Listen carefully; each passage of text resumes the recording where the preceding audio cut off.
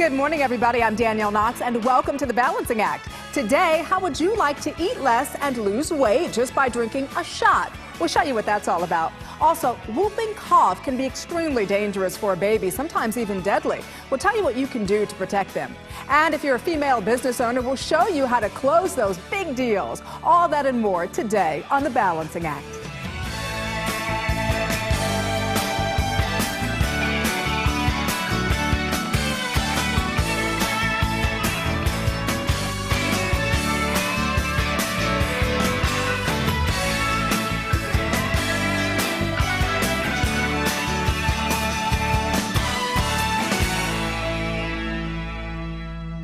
All right, well, you know, more and more women these days are looking at ways to help manage their weight. They really want to eat less, but they don't want to be hungry in the process. That's right, never hungry. Well, there is, in fact, a dietary supplement that helps people do just that. Here to talk about her personal experience and a low-cost, healthy solution that is working for her is actress, country singer, and Maureen McCormick. And she's most well known for a role as Marcia on the Brady Bunch. Welcome. Thank you. It's great to be here. Maureen, we so appreciate you being here with us this morning. And it is true, Kim, what you said. Most of us across this country know you as Marcia Brady. That's true. But you have done so much since then. Talk to me about what you've worked on and what you're working on now. Well, I recently finished a show called Gone Country, which was on another network.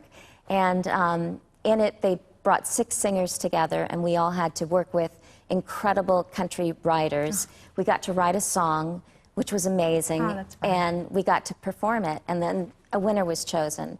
And then I did another reality show called Celebrity Fit Club. And Which she won, by the way. I won that, which Yes, was very, very exciting. Thank you. Yeah. How much weight did you lose? I lost 35 pounds. Good for you. Yeah. Wow. That's Yeah. wonderful. What did you do after the Celebrity Fit Club? Well, it was hard to maintain and keep off. Yeah. And I was working on another reality show where there was a lot of cooking going on, an amazing cook on the show, and it was really hard, and I started, you know, putting back on the pounds. So I wanted to find something that I could take that would be an appetite suppressant, but that was, you know, natural and that wouldn't give me the jitters, and I found SlimShots. That's how you chose it, huh? Yeah. Yeah. You know, what is it made of? It's made with oat oil and palm oil, and then it's sweetened with sweeteners, and it tastes like, kind of like rice milk. I think it's so good. And how many calories? 20 calories for one of these. Okay. That's not bad. Which is incredible. Yeah. And I love it because vegetarians and vegans can take it too. So Here's the other thing that I like about it. You can take it plain, and I know that's how you like to take it, but you can put it in your coffee, you can put it in your yogurt, you can put it in your cereal. So Yeah. it really Slip it in is stuff. Slip it in stuff. Yeah. It really Yeah. is versatile. And Or it's travel. Yeah. you Yeah, can we travel love with that. this. Little Yeah. travel container. Travel container, and it works in 2 to 3 hours too, right? It starts to work in 2 it to 3 does, and hours. it works for up to 8 hours. And you eat from like 12.5 up to 30% less, Oh, that's Right. which nice. is incredible. And you don't have to keep it in the refrigerator. That's nice. Yeah, you Right. can take it with you all day, keep it in your purse, and just pop it when you want to. Okay, and how does this work? How does it do How does it this make in you your not system? eat? Well, it's kind of difficult to explain, but when you drink it, it goes down to the lower part of the upper intestine, and it triggers a mechanism that tells your brain that you're full and you're satisfied. Naturally. Naturally, Right. which I Right. love. Yes. I love that Yeah. too. Yes. So where can we find SlimShots? At most retail stores. Okay, and there's a website? There's a website. You can go to slimshots.com, and they'll give you ideas on dieting and recipes, and they'll talk to you about their clinical trials. And Oh, good. It's great. A lot yeah. of good information. And it's so funny for Thank those of you you. out there. Every time I look at this beautiful lady, I think, I'm here Marcia, with Marcia. Marcia Brady. Do you really? Marcia, I You're do. funny. But you're delightful and still just as beautiful. Oh, thank you so much. Well, Thanks a lot. thank you. All right, let's drink up, gals, shall Let's we? drink up. Yeah. Be sure and visit mylifetime.com where you can sign up for the Sears Dream Kitchen Giveaway, where $16,000 worth of major appliances could be yours.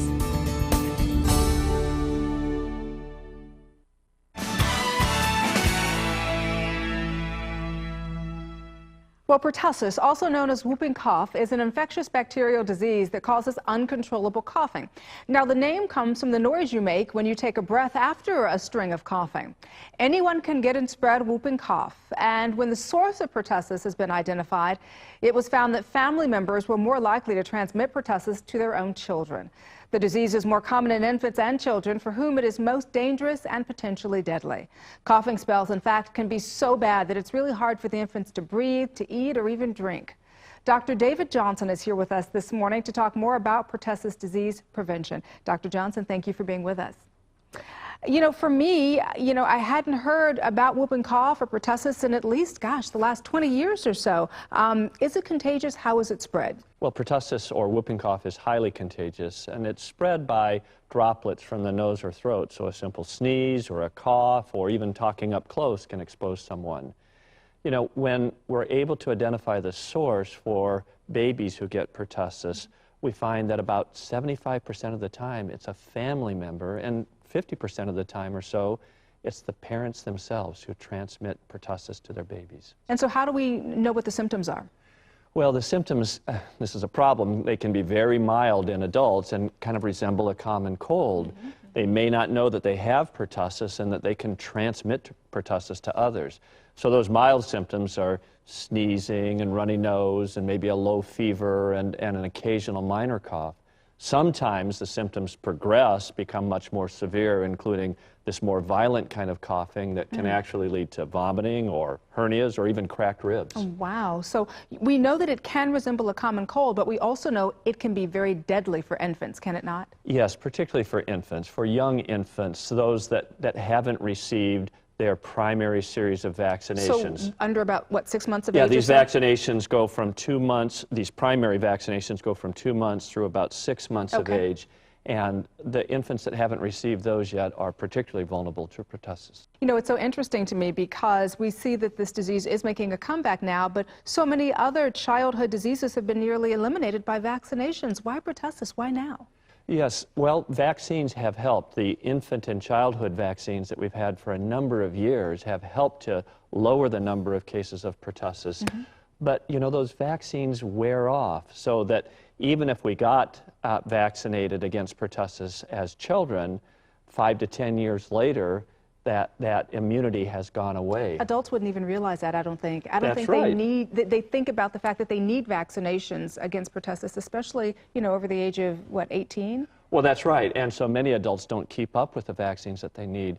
We've got a relatively new vaccine, only several years it's been around, a tetanus, diphtheria, acellular pertussis vaccine specifically for adolescents and adults, the so-called Tdap vaccine. Adolescents and adults can get this, prevent themselves from getting pertussis, and if they don't get pertussis, they won't spread it to infants or others who are vulnerable. So talk to me a little more about how we can protect our babies. Vaccination really is the key. The CDC recommends that all adolescents and adults 11 through 64 years of age get vaccinated, especially if they're going to have contact with infants.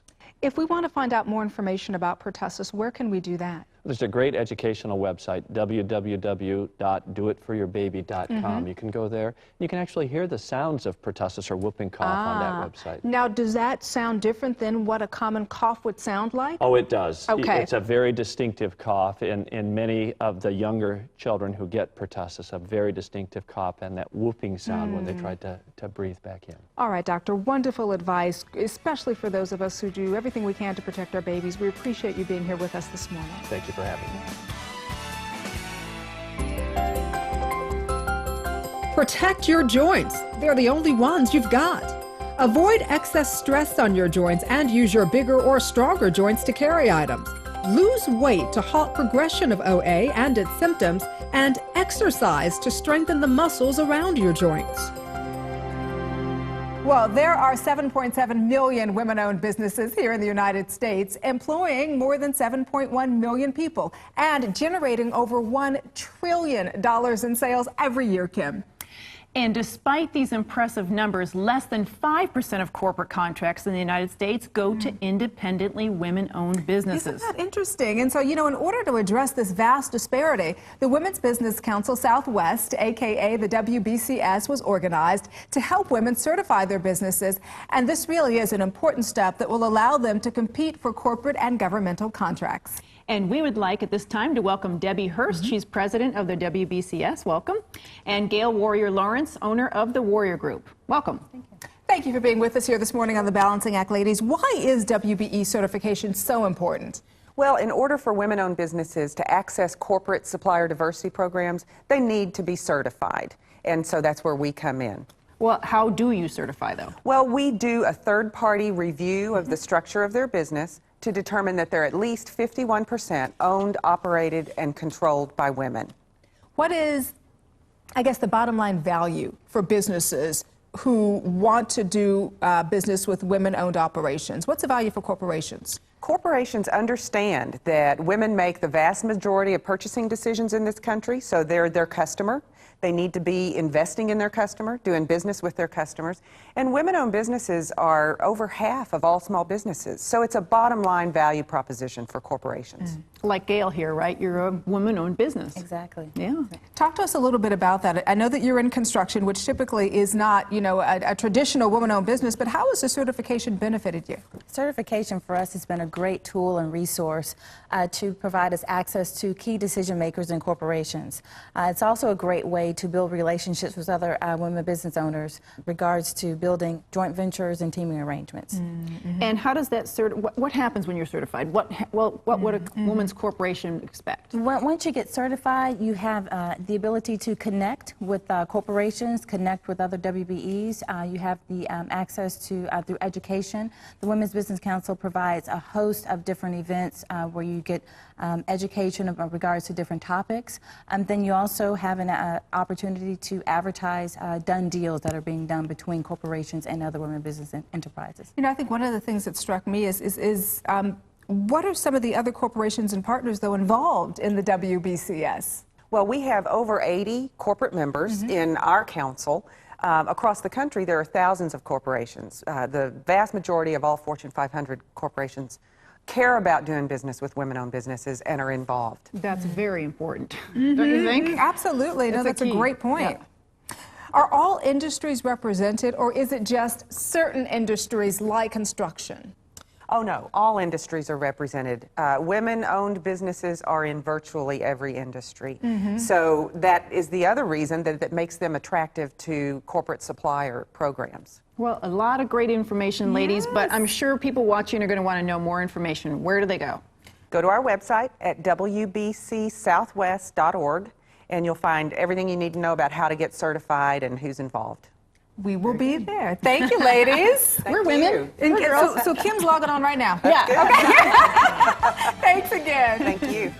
Up next, Ivy Larson discusses the importance of balancing carbs, fats, and proteins. That's right. We'll help keep you balanced in every meal you eat. Did you know that our website is filled with the latest helpful videos on health, career, home, family, financial matters, and lifestyle? Well, it is. And it's at www.thebalancingact.com.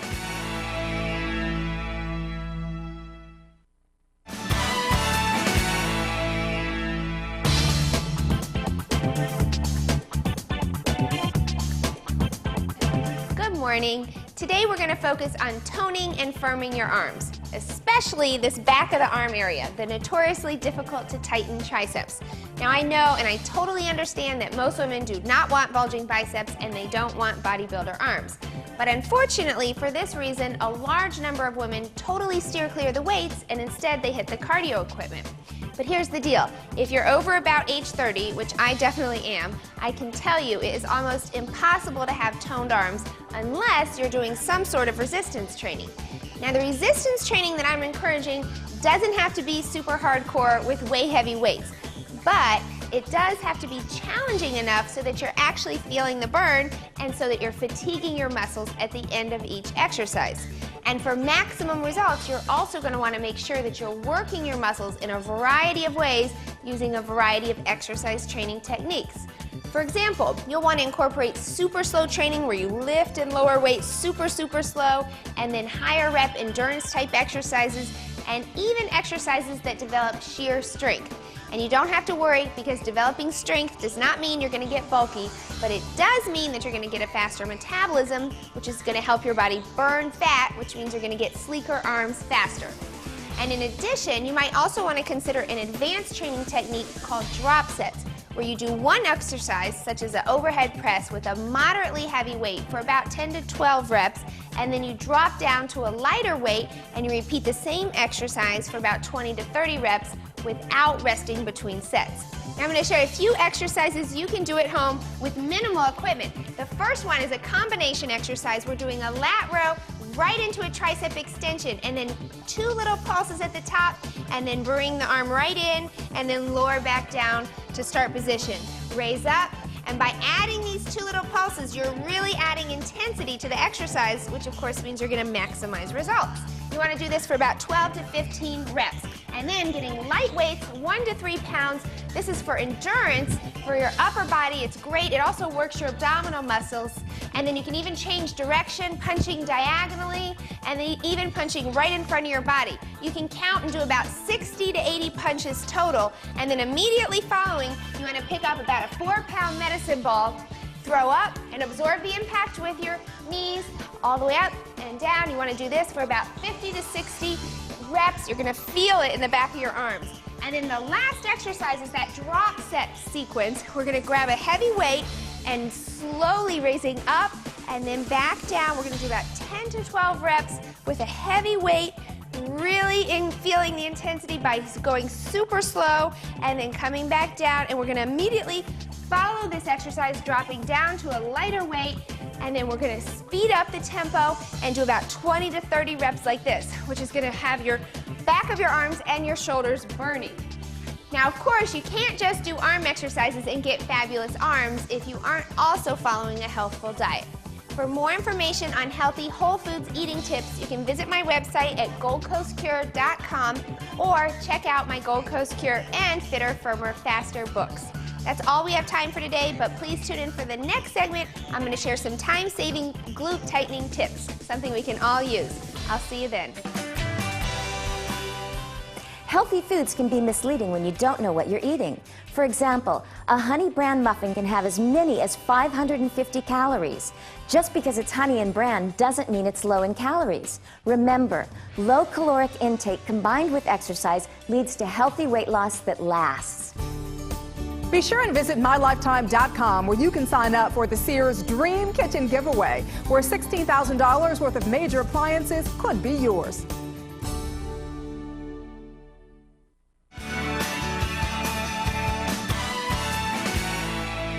Well, whether you have carpet in your home, hardwood or tile floors, we all know how difficult it can be to keep them clean. Joining me today is Michael Brady, appliance buyer with Sears. He's going to help us clean up those dirty floors. Hey, Michael. Good morning. You know, it is true that proper floor care is critical to extending the life of our floors. Talk to me, if you will, about some key floor care tips. Well, I think the first thing to understand is what's happening when you're not cleaning your floor.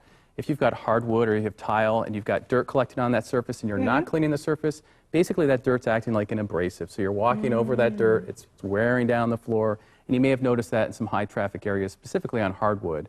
Same thing with carpet. Dirt's getting down into the carpet, you're not cleaning it, that dirt's acting like an abrasive and wearing down the carpet fiber. So really what's the most important is frequent cleaning to make sure that's not happening. Oh, but I think I'm like a lot of moms out there. We're always trying to find shortcuts to that frequent cleaning, to all of our daily chores, really. So talk to me a little bit about how we can sanitize our floors, but how we can do it quickly and easily. I think probably the most important thing is there's a lot of different products on the market, and it really comes down to selection and making sure that you've got the right products to meet your needs. If you have too big of a vacuum cleaner and you have a small area, obviously you're going to be spending a lot of effort with a big vacuum cleaner on a small area. There's a lot of different vacuum cleaners. If you come to a store like Sears, you'll find the largest selection. You'll be able to find something that meets your needs and hopefully make the job a lot easier. You know, I see a lot of vacuums that have the HEPA filtration. How important is HEPA? Well, it's important, because basically you have dirt going into your vacuum cleaner, into the dust bag or a dirt cup, and then clean air needs to go back into the room. If you don't have good filtration, you're basically blowing dirty air back into the room, which just kind of defeats the purpose. Sure. HEPA is the best kind of filtration. It's going to trap the very small particles. Really what you want to look for is a vacuum cleaner that has a sealed HEPA system to make sure that all the air is going through the HEPA filter. And very quickly, what is HEPA? HEPA stands for High Efficiency Particulate Air Filtration. Gold star for Michael on that one. What are the differences between an upright and a canister? Well, basically it comes down to an upright is really suited for mostly floor cleaning, and really best for carpet. So not as good for above floor. So if you have a lot of carpet, a lot of floor, some of the newer models have attachments where you can do some above floor cleaning. But if you have a lot of hardwood, or you have high ceilings, or you want to be able to clean under things or behind beds or couches, a canister may be more suited for you. What if we don't want to clean them at all ourselves? I mean, my son Santana vacuums the floor for me. That is his chore. But, you know, what if we don't want to have it done ourselves and want to do it professionally? Does Sears offer carpet cleaning services? We do offer carpet cleaning services, and you can find that information on our website. We do recommend that you do get your carpets cleaned periodically, professionally. Of course, check with your carpet manufacturer for proper cleaning procedures. And where can we go for more information, Michael? www.sears.com. All right, Michael, thank you for being with us again this morning. Stay active as you age. There are 3 types of exercise that are important for people with osteoarthritis of the knee: strengthening exercises, aerobic exercises, and range of motion exercises. Try water aerobics, swimming, brisk walking, and even cycling. It's creeping up on us. We're talking about Halloween and the ghosts of our past. Create a spooktacular future for yourself and your family by watching The Balancing Act every day on Lifetime Television at 7 a.m. Eastern, 6 a.m. Central. I'm Danielle Knox. We'll see you tomorrow.